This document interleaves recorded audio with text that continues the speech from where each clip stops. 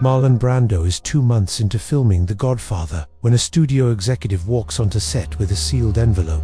Inside, a message from the Lucchese family: make Don Corleone softer by Friday, or Friday's the last day you film. Brando reads it once, says nothing. Here's what the Lucchese family didn't expect: silence can be louder than words, and stillness can be more terrifying than violence. You think this is about compromise? Wrong. That this is about what happens when you try to control an artist, and he controls you back with nothing but his presence. 8 weeks into production. Filmway Studios, Manhattan, Soundstage 12. October wind rattles the windows. Inside, the crew is setting up for the wedding scene. Extras in period suits, vintage cars parked outside, everything authentic except one thing: the tension from the set itself. Everyone knows something's coming.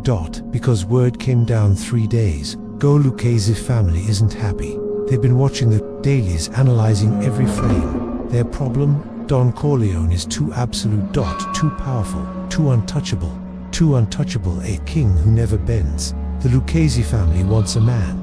A production assistant approaches. Francis Ford Coppola. Nervous energy. Francis: Robert wants to see you. Robert Evans. Yeah, in his office now. Coppola sets down his coffee. His hands are steady, but his mind is racing. 3 days ago, a permit delay. 2 days ago, missing equipment. Yesterday, a crew member quit. Pattern clear. Walks across the lot to the executive building. Evans' office, 3rd floor, corner view of Manhattan. The Godfather isn't finished, but this letter already matters. Paramount's head of production sits behind a mahogany desk, an envelope on the surface, unopened. Francis: sit. Coppola sits, eyes on the envelope. That came this morning. Courier, no return address. Who's it from? Evans doesn't answer directly. People who have opinions about our film. Coppola's jaw tightens. What people? The kind we don't argue with. Evans slides the envelope across the desk. Open it. Coppola does. His fingers steady as he tears the envelope. Heart pounding. This isn't about art. This is about survival. Inside, a single typed page. No signature, no letterhead. Just words, but words with weight. Coppola recognizes the tone. This isn't a suggestion, it's an order. Don Corleone is misrepresented. He appears as a dictator, not a man. We request adjustments. The character should show vulnerability, emotion, humanity. This is not negotiable. Coppola reads it twice. This is from the Lucchese family. Evans nods. They're concerned about perception, the way power is portrayed. They think we're making Don Corleone look like a tyrant. He is a crime boss. They prefer businessman. Coppola tosses the letter on the desk. What do they want? Scenes where he shows weakness, doubt, fear. They want audiences to see him as human. And if we don't, Evans stands, walks to the window. Evans stands, walks to the window, looks out at the city. I can protect this film from critics, from the board, but not from them. Nobody can. Coppola stands. What do we do? Talk to Brando. Pray he's smart enough to comply. And if he's not, silence. Union issues, permit delays, equipment malfunctions. You know how it works. Coppola stands. We're halfway through filming. Then you better figure it out fast. Back on set, Brando is in makeup. The prosthetics, the aging, the transformation. Coppola pulls him aside. Marlon, we have a situation. They walk to Brando's trailer. It's isolated, away from the main set, the way Brando wants it. Privacy, space, distance. Coppola knocks. Marlon, it's Francis. Come in. Brando sits facing the mirror, still in character. He doesn't turn around, just watches through the reflection. Close the door. Coppola hands him the letter. Brando reads it, face blank. When he finishes, he sets it down. The Lucchese family, yes, they want Don Corleone to be softer, more human, more vulnerable. Brando is silent for a long moment. He's reading between the lines. Understanding what's not being said. The Lucchese family wants Don Corleone softer, more human. Brando sees it differently. Weakness loses power. Explanation loses mystery. Sympathy loses respect. His Not going to do any of those things. Thinking. 25 years in Hollywood taught him this. Studios, control through money. Critics, through words. The mob through fear. Artists, through creation. Coppola waits. Finally, Brando speaks. No, Marlon, I'm not making him softer. They can shut us down. Brando's eyes are cold, calculating. Francis, you know what makes a character powerful? What? Restraint, not emotion. He leans forward. They think vulnerability makes him human, but real power comes from stillness, from presence, from the ability to command a room without saying a word. Coppola listens and realizes something. Brando isn't just talking about Don Corleone. He's talking about himself, an actor who's been told what to do. His entire career. By directors, by studios, by critics. And he's tired of it. This isn't about the Lucchese family. This is about every person who's ever tried to control him, and he's done listening. If I make him emotional, he becomes weak. If I make him still, he becomes unforgettable. They won't see it that way. Brando smiles. They will, eventually. The next day. Filming. The office scene. Don Corleone sits behind his desk. A man comes asking for a favor. Original script. Corleone responds with passion. Gestures raised. Voice. But Brando changes it. He barely moves. Barely speaks. His mouth barely moves. His eyes barely shift. But the weight of his presence fills the frame. The camera feels it. The crew feels it. The audience will feel it. Just sits. They're still listening when he finally answers. His voice is a whisper. The actor across from him leans in to hear. The actor across from him leans in to hear. So does everyone else on set. The boom operator angles his mic closer. The cinematographer adjusts focus. The script supervisor leans forward in her chair. Everyone strains to catch Brando's words, not because the sound isn't good, because the performance is so quiet, so controlled, that it pulls you in, like gravity, like a black hole. You can't look away, you can't stop listening. And that's when Coppola realizes Brando isn't making Don Corleone weaker, he's making him stronger by doing less. So does the camera, so does the audience. Coppola watches from behind the monitor. Cut. He walks over to Brando. That was different, better. Coppola pauses. Yeah, actually, yes, good. Keep rolling. They shoot 3 more takes. Each one quieter than the last. Each one more powerful. Each one more powerful. The cinematographer adjusts the lighting. Darker shadows on Brando's face makes him look older, harder, more dangerous. Coppola notices. Keep that lighting. It's pretty dark. Francis, good. Let the audience lean in. The cameraman nods. Understands. Cinematographer leans to Coppola. He's not doing what the letter said. I know he's doing the opposite. I know, and it's working. Coppola nods. Because it is. 1 week later. The scene where Don Corleone meets with the 5 families, discussing the drug trade. Original script. Heated debate. Arguments. Emotion. Brando sits at the head of the table. Doesn't raise his voice. Doesn't gesture. Doesn't react. He just listens when he speaks. It's barely audible. The other actors lean in. The room goes silent. The room goes silent. Not movie. Silent. Real silent. The kind of silence that makes people uncomfortable. The boom operator stops. Script supervisor stops. Everyone watches a performance that doesn't perform. Just presence. Just power. I said no. 3 words. No explanation.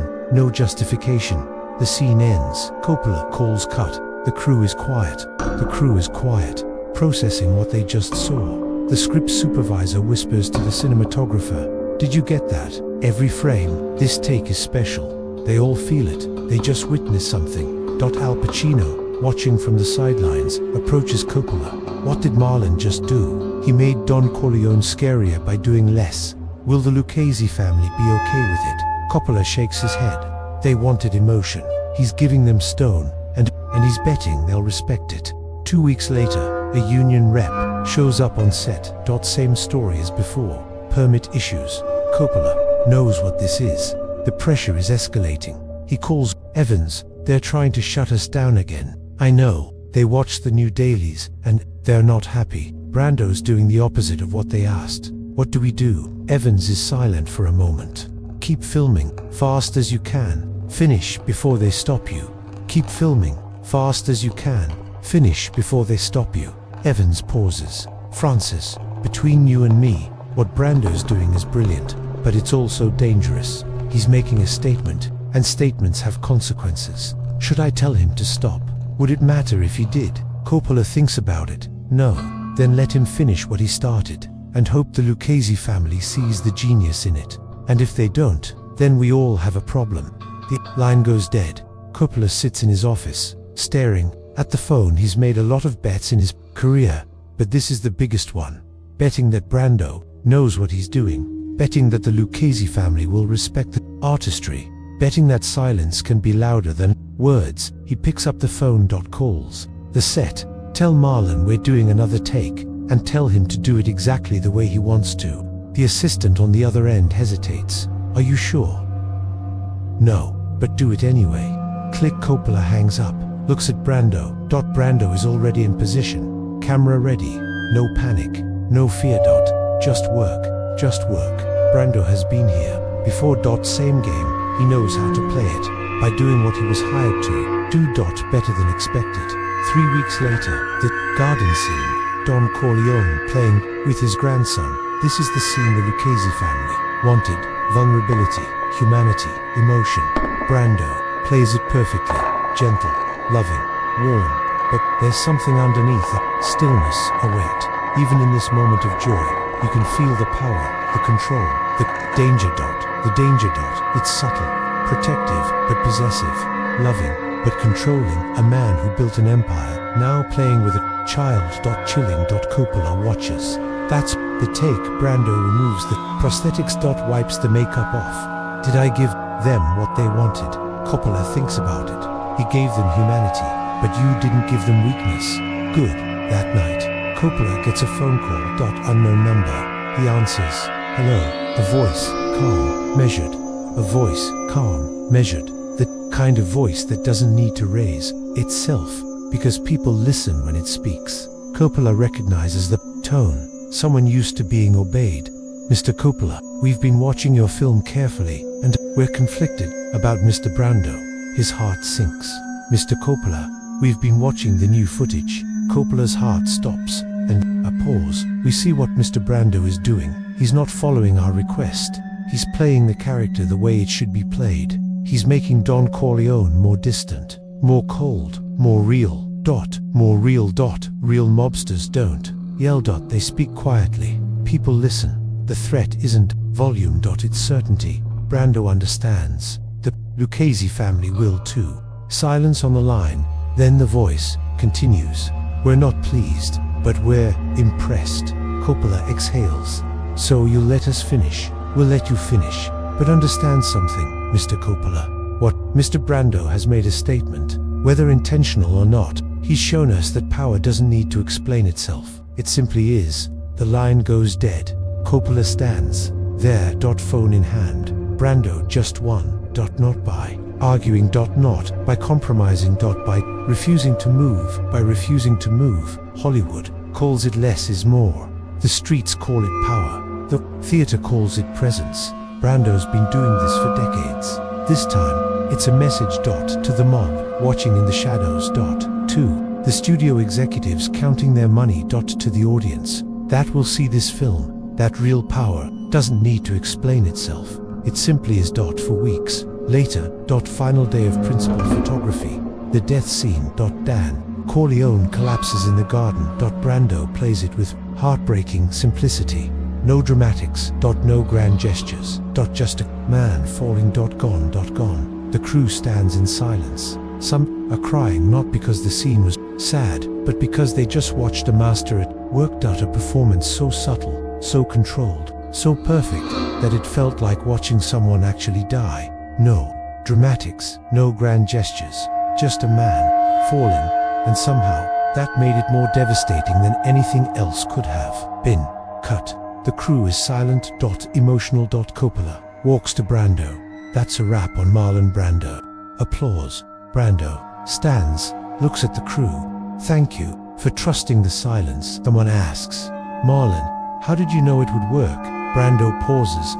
Because power isn't about what you say. It's about what you don't have to say. Because power isn't about what you say. It's about what you don't have to say. The crew member who asked the question writes it down. Years later, he'll tell his film students about this moment, about the day Marlon Brando defined power. Not with a speech, with silence. He walks off set, doesn't look back, because he never does. The crew watches him go, disappearing into Manhattan. Coppola turns to the cinematographer. Did we get it all? Every second, good. The chair where Brando sat, still warm, still echoing, even when he's gone. He's there. That's power. 6 months later, March 1973, The Godfather premieres in New York. The theater is packed.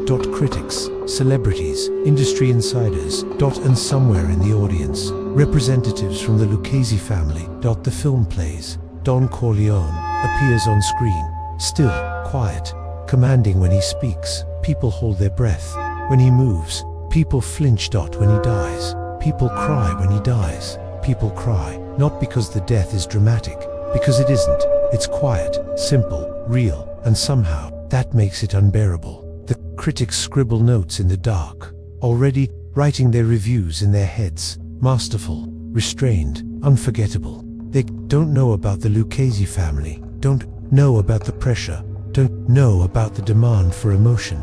They just know they've seen something extraordinary. The credits roll. Standing ovation. In the lobby afterward, a film critic from the New York Times approaches Coppola. Francis, Brando's performance is unlike anything I've seen. He barely moves, barely speaks. His mouth barely moves, his eyes barely shift. But the weight of his presence fills the frame. The camera feels it, the crew feels it, the audience will feel it. But you can't take your eyes off him. Coppola smiles. That was the idea. The critic leans closer. There's a theory going around that Brando was told to make Don Corleone softer, more human, but he did the opposite. Coppola doesn't confirm or deny, just smiles. Theories are interesting. The truth is usually simpler, which is Marlon Brando knows how to play power, and no one was going to tell him otherwise. The critic nods. Makes a note. This conversation will become part of Hollywood legend, repeated, embellished, mythologized. But the core truth remains. An artist refused to compromise and created something immortal. How did he know to play it that way? Someone tried to tell him not to. 3 months later, The Godfather wins Best Picture. Brando wins Best Actor. He doesn't attend the ceremony, sends little feather to decline the award, a protest, but the performance lives forever. Years later, acting students study Brando's Don Corleone. Not for what he does, for what he doesn't do. The stillness, the restraint, the power of presence. Film schools teach it. Directors reference it. Actors try to replicate it, but they can't. What Brando did wasn't technique, it was philosophy. The most dangerous people don't scream, they whisper. The most powerful people aren't the ones who demand respect. They're the ones who command it without asking. The most memorable performances aren't the ones with the most emotion. They're the ones with the most restraint. Film professors show clips, break down scenes, analyze every gesture, every glance, every pause. But you can't teach what Brando did. You can only admire it, because what Brando did in 1972 wasn't acting, it was a message. To the Lucchese family. To Hollywood. To everyone watching that you can't control an artist by telling them what to do. You can only watch as they do what they were always going to do, and you respect it. Here's the lesson from Fall 1972. The Lucchese family tried to make Don Corleone more human. More emotional. More vulnerable. Brando did the opposite. He made him quieter, stiller, more controlled. And in doing so, he made the character more terrifying, more powerful, more unforgettable. Because real power doesn't shout. It whispers.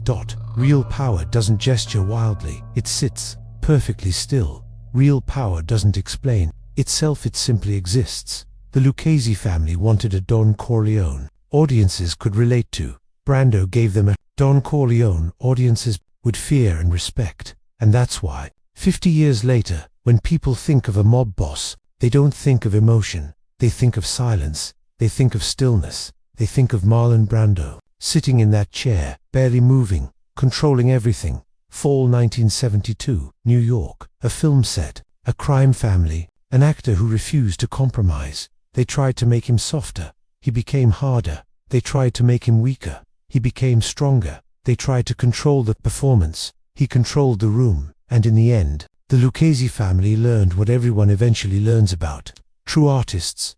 You can't tell them what to create. You can only hope they create something worth watching. Brando did, and we're still watching.